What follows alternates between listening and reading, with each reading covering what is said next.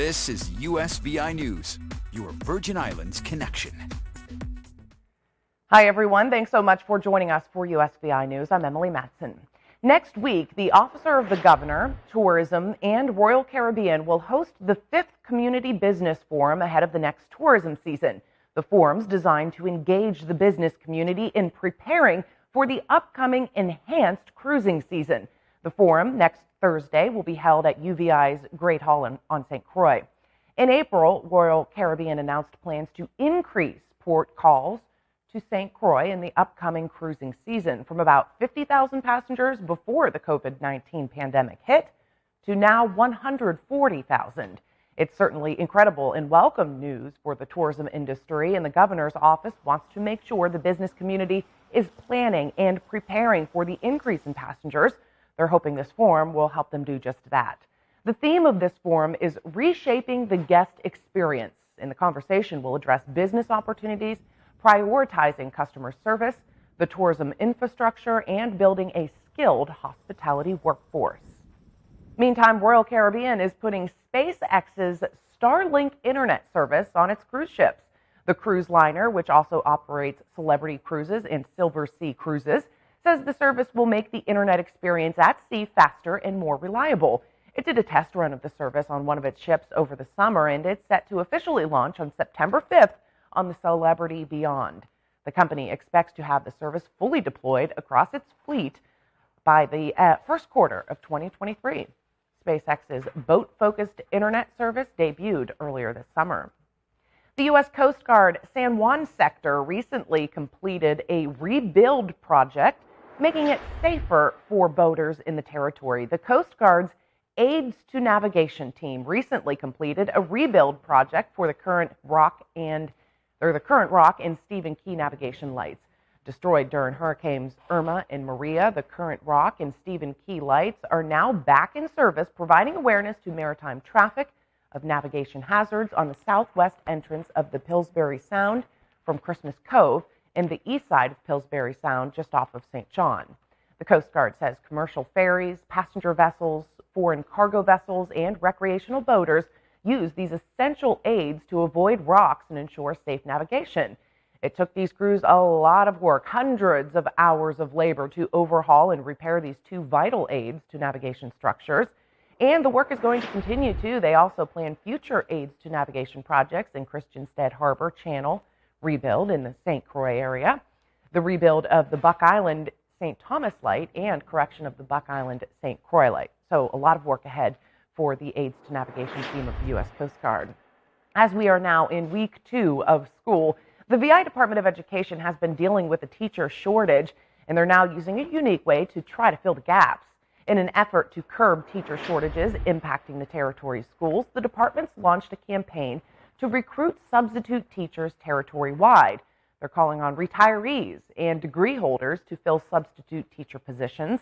They're urging local retirees and anyone with a bachelor's degree from an accredited institution who want to make a difference in the lives of Virgin Islands children to apply for the substitute positions in both school districts. The Education Commissioner says the part-time positions offer a flexible work schedule, bi-weekly pay, and an hourly wage of $22. Teacher shortages are not unique to the Virgin Islands. They're happening everywhere across the country. Applications are available on the front page of vide.vi. And technology is a learning tool that is not going to go away, even if children are back in the classroom and no longer learning from home. But health experts are warning too much screen time can hurt students. Virgin Islands students are a few weeks now into a new school year.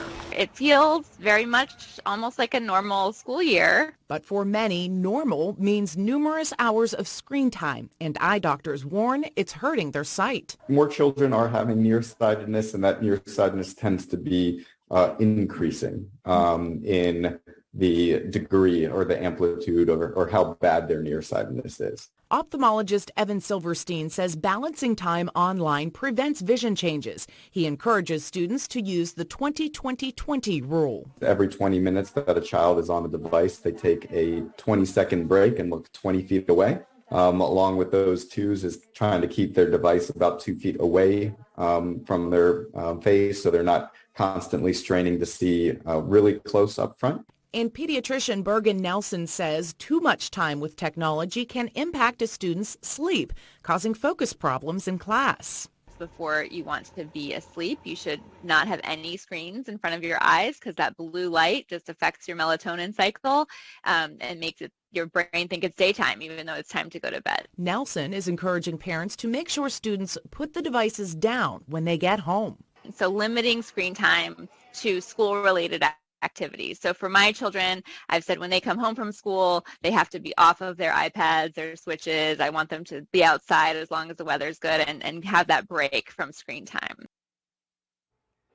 Good advice. On St. Croix, a man's arrested on domestic violence, and kidnapping charges for an incident earlier this week.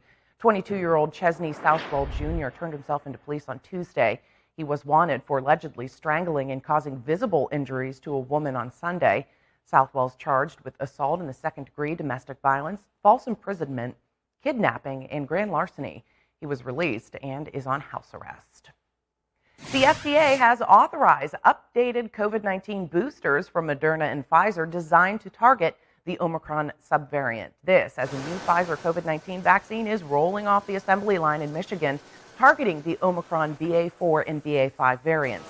This is the first time the FDA has authorized an updated vaccine formula since the original shots were rolled out in 2020.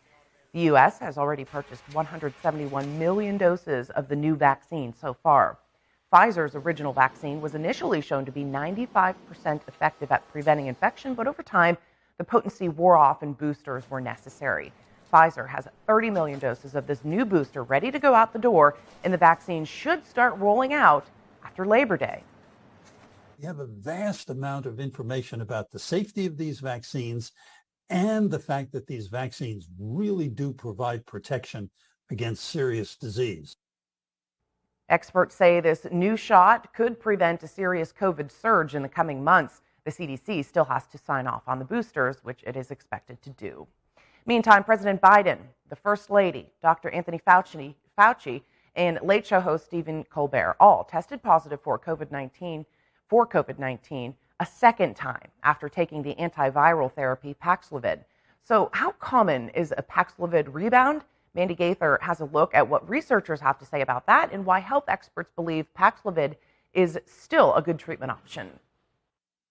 It's an antiviral pill used to treat COVID-19. As of mid-August in the U.S., the Department of Health and Human Services says about 4 million courses of Paxlovid have been administered, but some people who have taken the antiviral pill are testing positive a second time. We know that people who are older are more likely to rebound. Several studies have tracked rebound cases, including a preprint study that looked at cases during the Omicron wave. It found 2 to 4% of patients experienced a rebound infection or symptoms within a week after treatment. 5 to 6% had a rebound within a month. Experts say that rebound cases are probably more common than data shows, but by how much is hard to tell. But at the end of the day, the rebound, none of the cases that have rebound has ended up having more severe disease or ended up in the hospital. So I still think Paxlovid is an incredibly useful drug. That's why experts say overall, Paxlovid is still a good option for treatment for people over the age of 65, those who are immunocompromised, or adults who have underlying conditions such as diabetes or heart disease. In a statement, Paxlovid manufacturer Pfizer said, while further evaluation is needed, we continue to monitor data from our ongoing clinical studies. We remain very confident in its clinical effectiveness at preventing severe outcomes from COVID-19 in patients at increased risk.